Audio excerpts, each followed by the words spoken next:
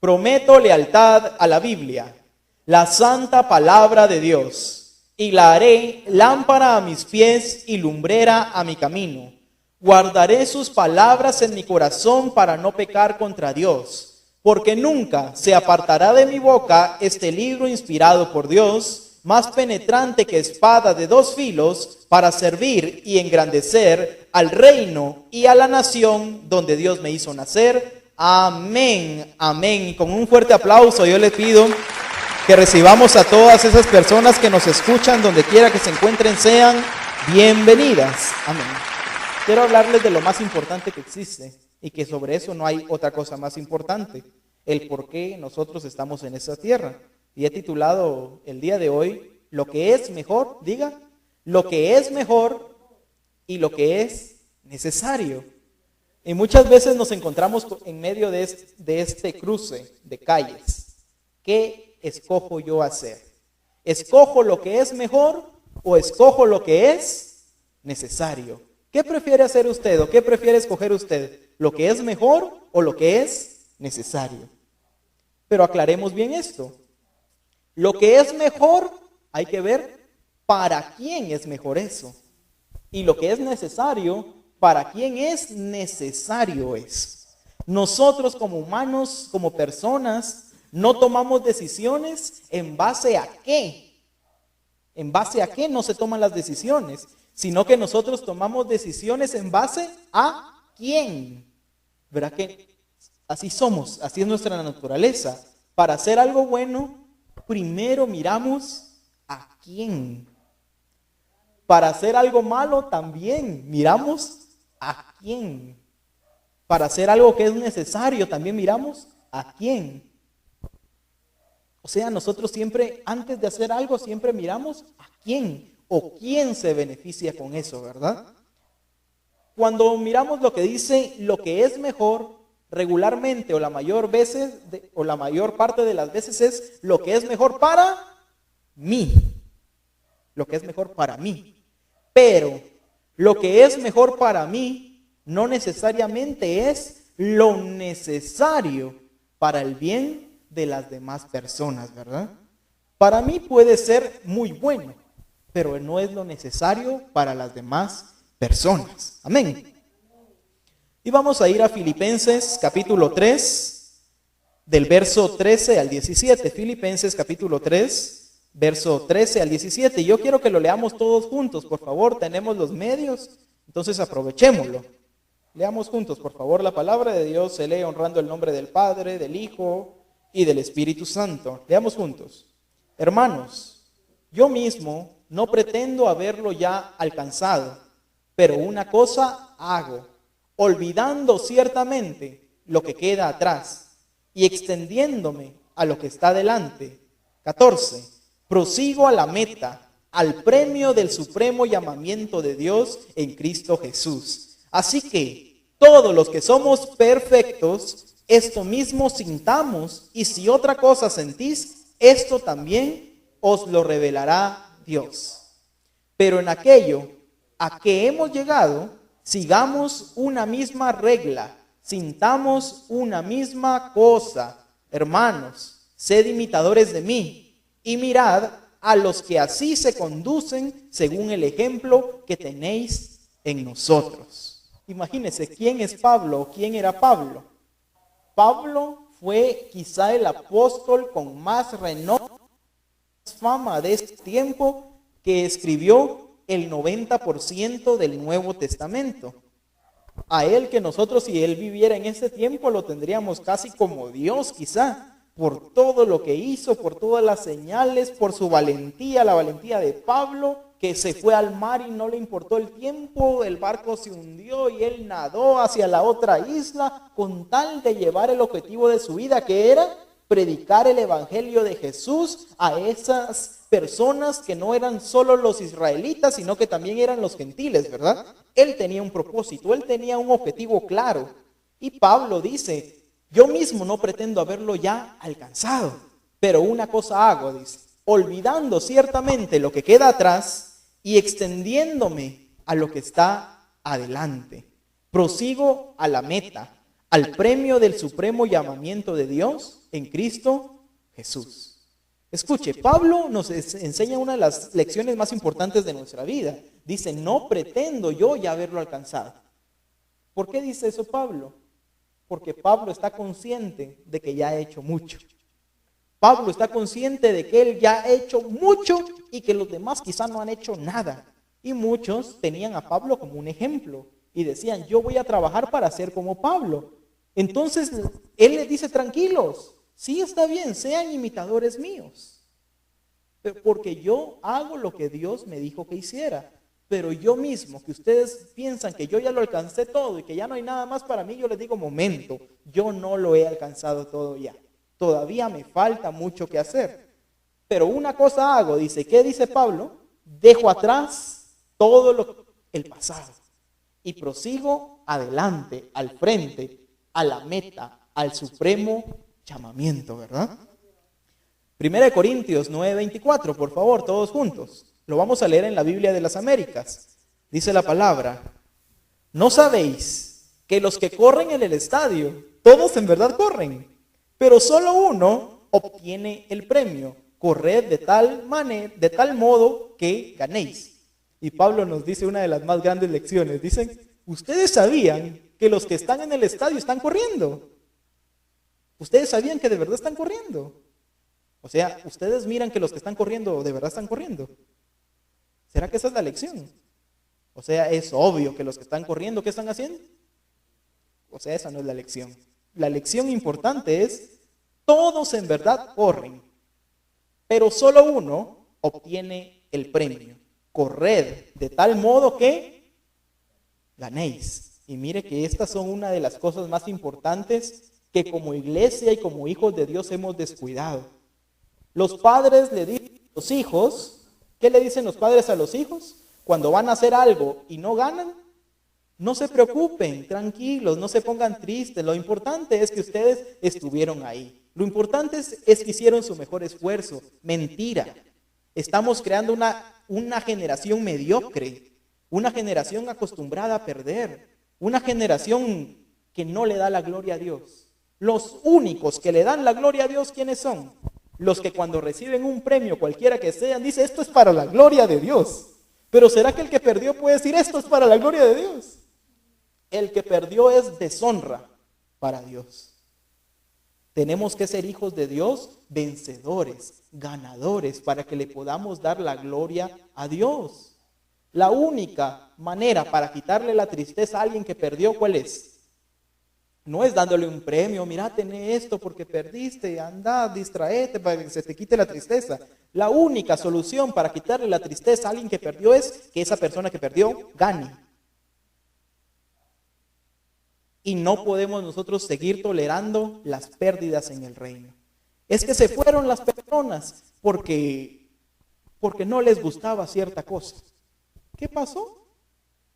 Perdimos. Y nosotros estamos aceptando la pérdida.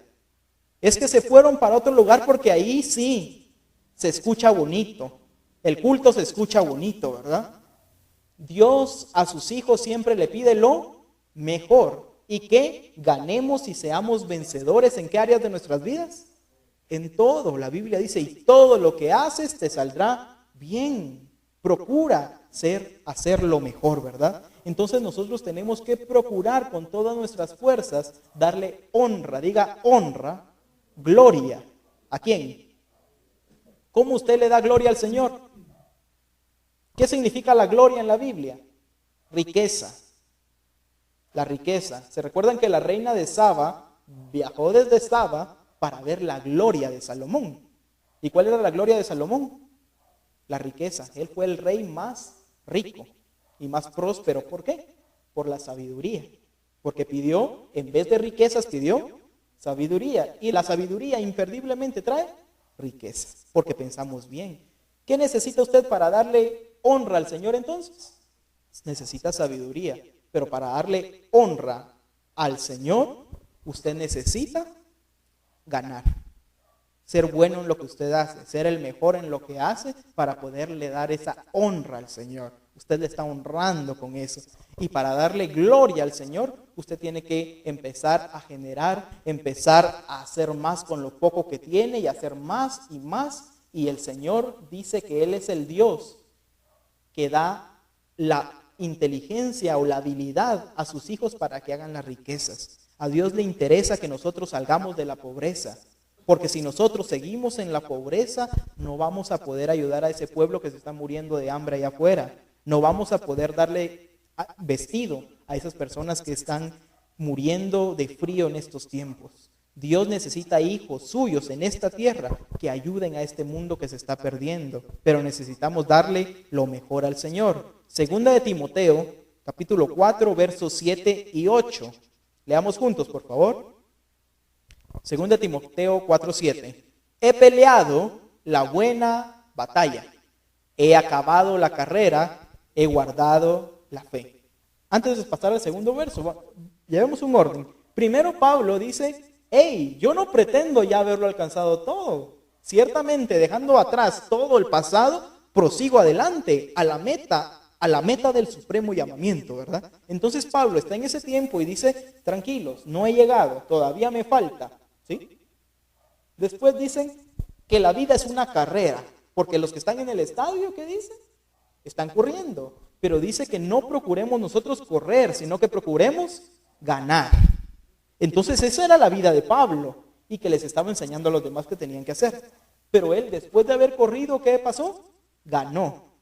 Y escribió 2 de Timoteo, capítulo 4, verso 7, donde dice, he peleado la buena batalla, he acabado la carrera. ¿Se da cuenta la vida de Pablo? Aquí estamos pasando toda la vida de Pablo. He guardado la fe.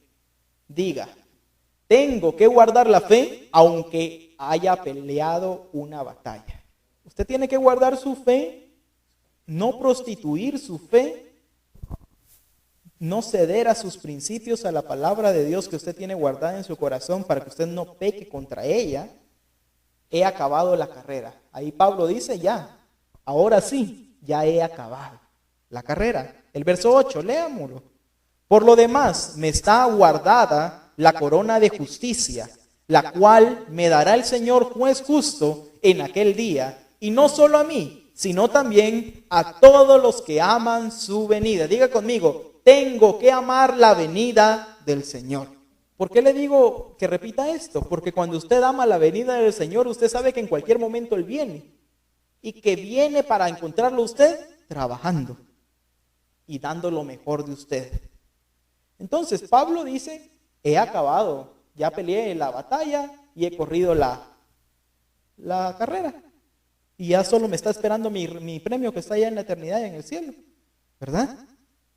Entonces, número 1, dice Pablo, todavía no he llegado, pero prosigo al blanco, dejando atrás todo. Después dice, hay que correr y tenemos que ganar. Y después dicen, bueno, ya corrí, ya gané y ya llegué a la meta del supremo llamamiento.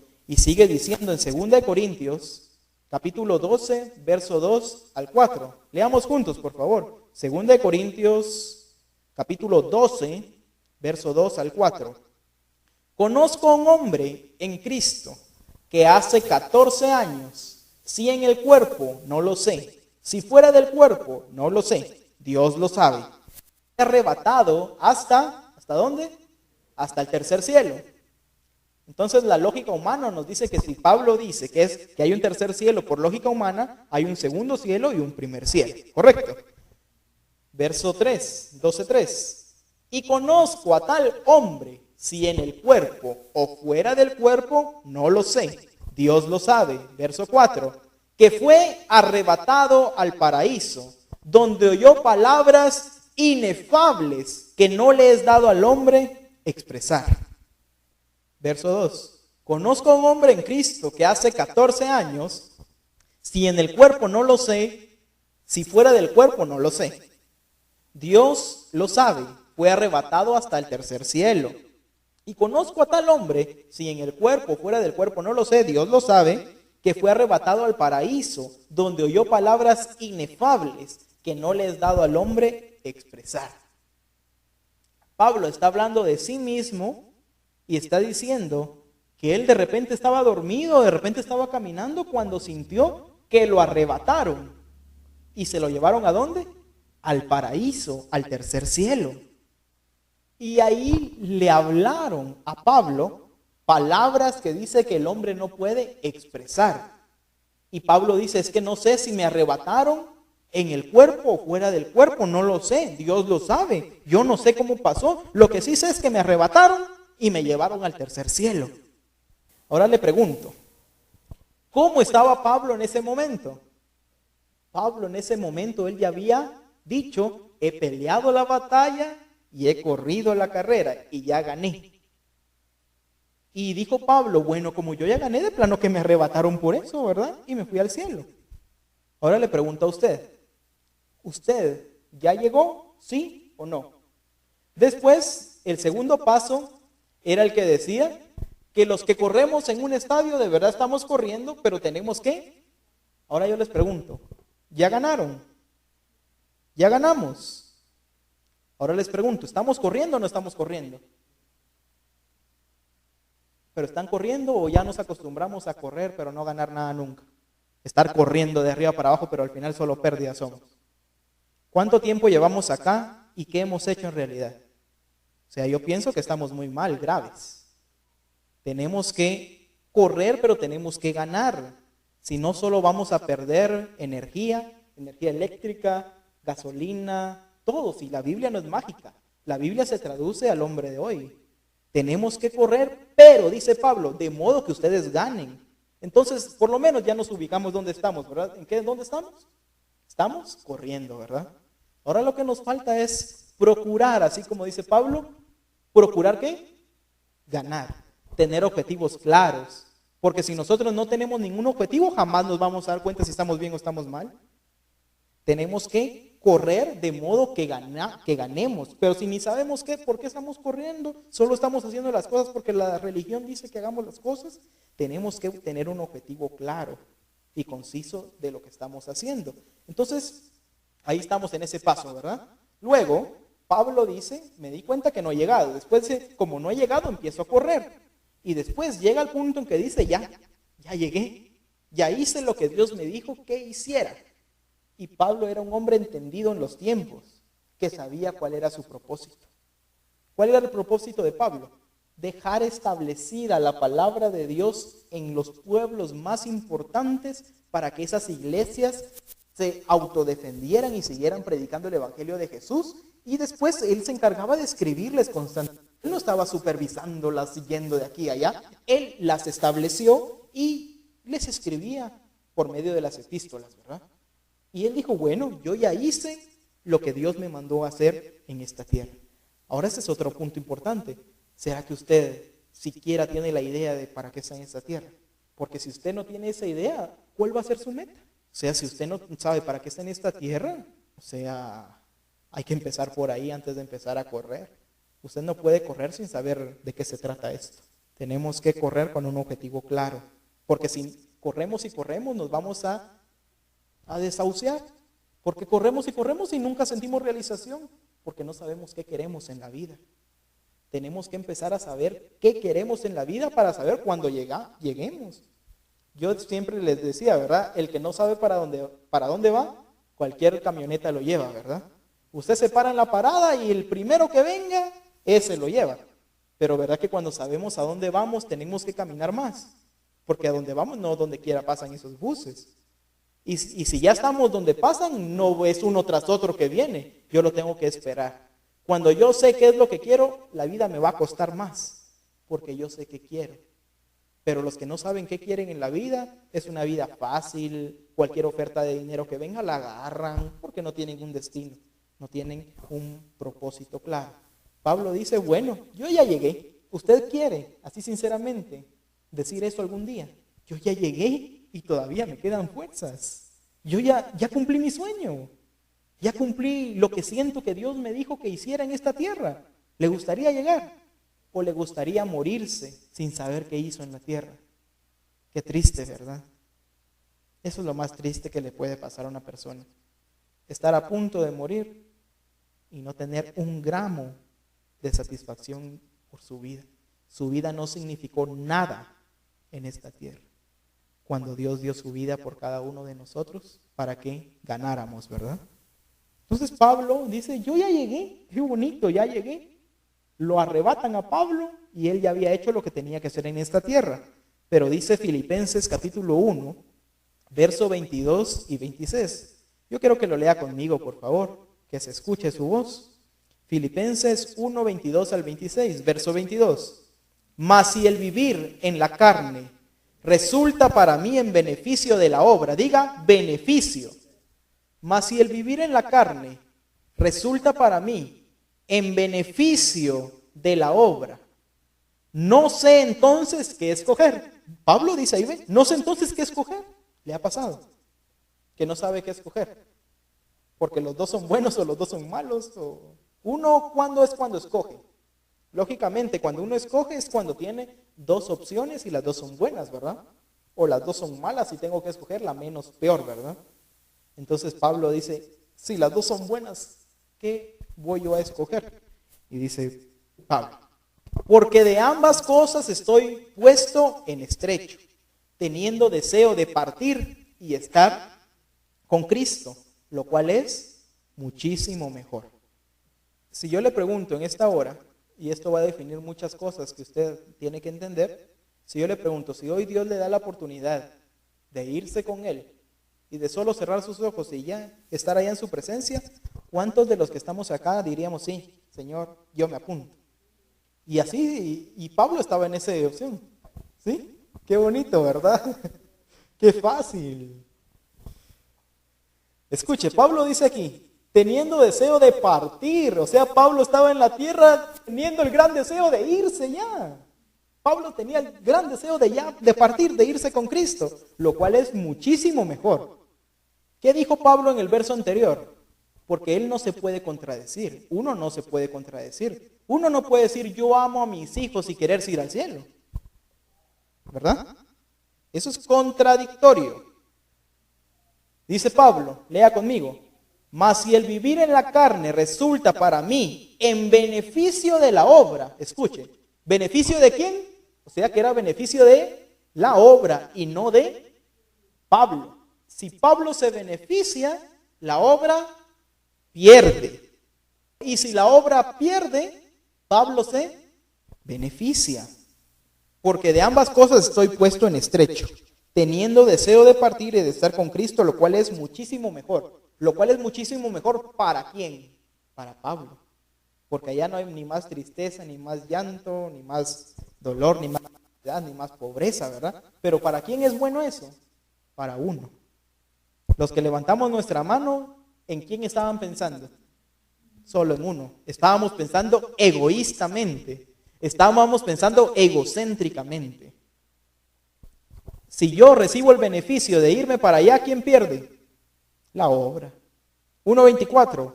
Pero quedar en la carne, diga, pero quedar en la carne es más necesario por causa de vosotros. Y de ahí el título.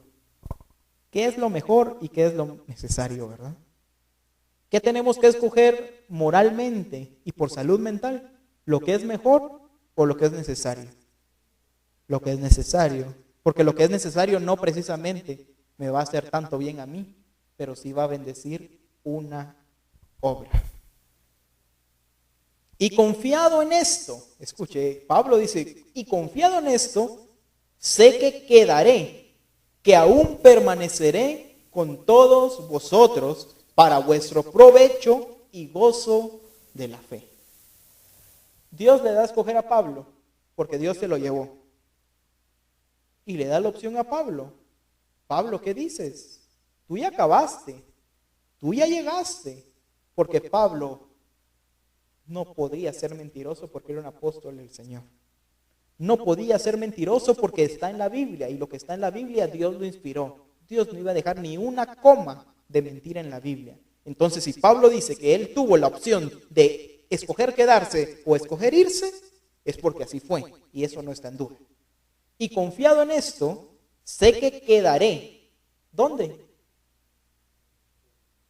que quedaré, que aún permaneceré con todos vosotros para vuestro, escuche, ahí no dice para mi provecho. ¿Cuál era el provecho de Pablo? Irse.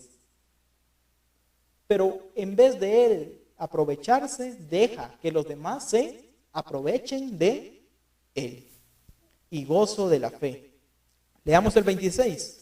Para que abunde vuestra gloria de mí en Cristo Jesús por mi presencia otra vez entre vosotros. Escuche, él está diciendo que por su presencia en esta tierra, la gloria de Jesús, o sea, que por la presencia de Pablo, la gloria de Dios se haga manifiesta, ¿verdad? La Biblia se explica a sí misma. No necesitamos maestros para entender la Biblia, más que el Espíritu Santo, que Él nos guiará a toda verdad. Leamos esos versos en la Biblia de las Américas, por favor, todos juntos. Pero si el vivir en la carne, esto significa para mí una labor fructífera, diga fructífera, entonces no sé cuál escoger. Pues de ambos lados me siento apremiado, teniendo el deseo de partir y estar con Cristo. Escuche, Pablo tenía el deseo de partir con Cristo, pues eso es mucho mejor. Y sin embargo, continuar en la carne es más necesario por causa de vosotros. La Biblia, Dios habla hoy, dice, y si al seguir viviendo en este cuerpo, mi trabajo puede producir tanto fruto, entonces no sé qué escoger, diga fruto. Me es difícil decidirme por una de las dos cosas. Por un lado, quisiera morir para ir a estar con Cristo. ¿Verdad que esas son nuestras palabras a veces? O sea, aquí es Pablo hombre. O sea, Pablo dice, por una de las dos cosas, por un lado quisiera morir para estar con Cristo. Pues eso sería mucho mejor, y amplía, mucho mejor para mí. Mucho mejor para mí. Pero por otro lado, a causa de ustedes, escuchen, por culpa de ustedes, dice entonces, ¿verdad? Es más necesario que siga viviendo. Y la nueva versión internacional dice en Filipenses 1, del 22 al 25. Ahora bien, si seguir viviendo en este mundo representa para mí un trabajo fructífero, diga fructífero, ¿qué escogeré? No lo sé. Me siento presionado por dos posibilidades. Deseo partir y estar con Cristo, que es muchísimo mejor, pero por el bien de ustedes es preferible, diga preferible, que yo permanezca en este mundo. Convencido de esto. Cuando alguien está convencido, ¿qué quiere decir? Que nadie lo va a mover de esa convicción que tiene.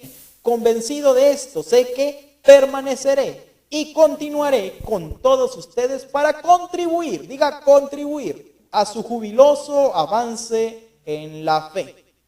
Amén. ¿Se da cuenta de lo que aprendimos en esta tarde? Consideraría que lo número uno sería nuestro trabajo no es en vano, porque nuestro trabajo, cuando usted bendice una obra, adivine quién es el primer bendecido. Uno.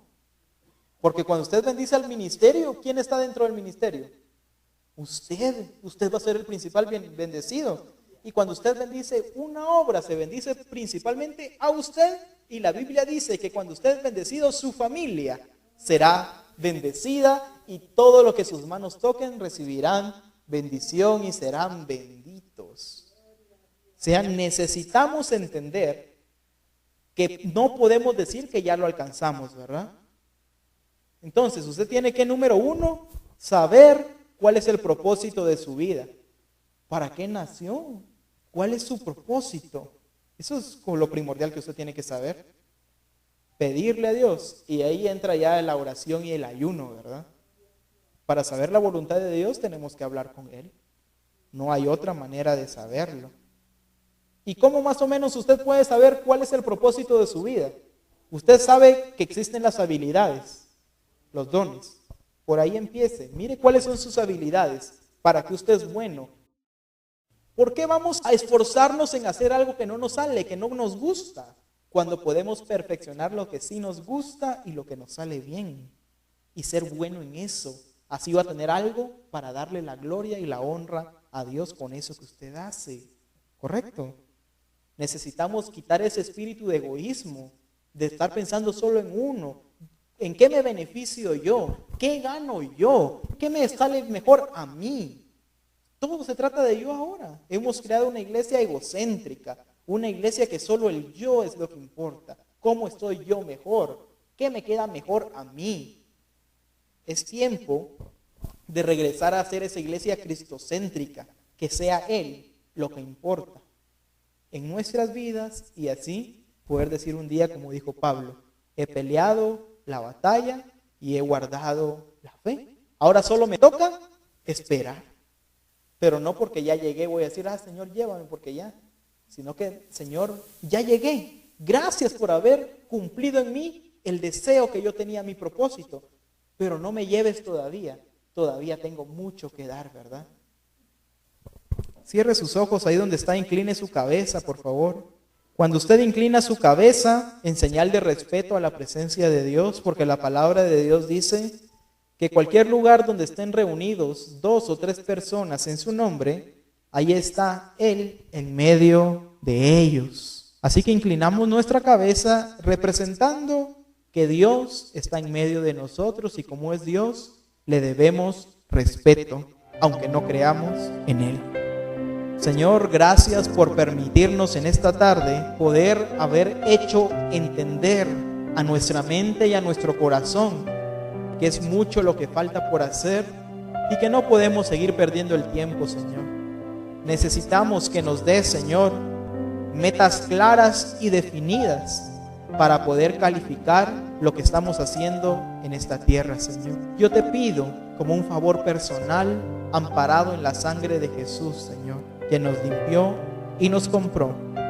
Te pido de todo corazón y sinceramente, Señor, que ninguno de los que estamos reunidos en tu nombre en esta hora y que ninguno de los que están escuchando mi voz en esta hora cierre sus ojos y parta a la eternidad sin antes, Señor, haber dicho, he peleado la batalla y he corrido la carrera y ahora solo me queda esperar. Señor, no te lleves a ninguno sin haber cumplido su propósito divino en Cristo Jesús, Señor. Hay mucho por hacer y el mundo se está perdiendo, Señor. Déjanos para poder salvar a muchas personas, poder ayudar a muchas personas todavía. Ni Abraham a los 100 años dijo que estaba viejo, Señor. Nosotros, Señor, nos falta mucho para llegar a 100 años. Te pido en el nombre de Jesús que nos aumentes las fuerzas y la sabiduría y la inteligencia para poder creer que somos importantes para tu obra y que si nosotros dejamos de trabajar y de mejorar, el reino pierde, Señor. El reino pierde si nosotros no mejoramos. Y yo le quiero pedir a todas esas personas que no han hecho a Jesús el Señor de sus vidas, que no conocen al Señor, que puedan orar conmigo esta simple oración que trae una gran salvación. Yo le pido que todos en señal de arrepentimiento y en señal de gratitud a Dios podamos repetir audiblemente esta oración. Señor Jesús, confieso que soy un pecador y que necesito de ti. Reconozco que moriste en la cruz y que al tercer día resucitaste para darme vida abundante y vida eterna. Hoy, voluntariamente, abro la puerta de mi corazón y renuncio a todo señorío que no sea el tuyo. Limpia todo mi ser por completo. Te invito a que entres a mi corazón. Te declaro como mi amo, mi Señor y mi dueño.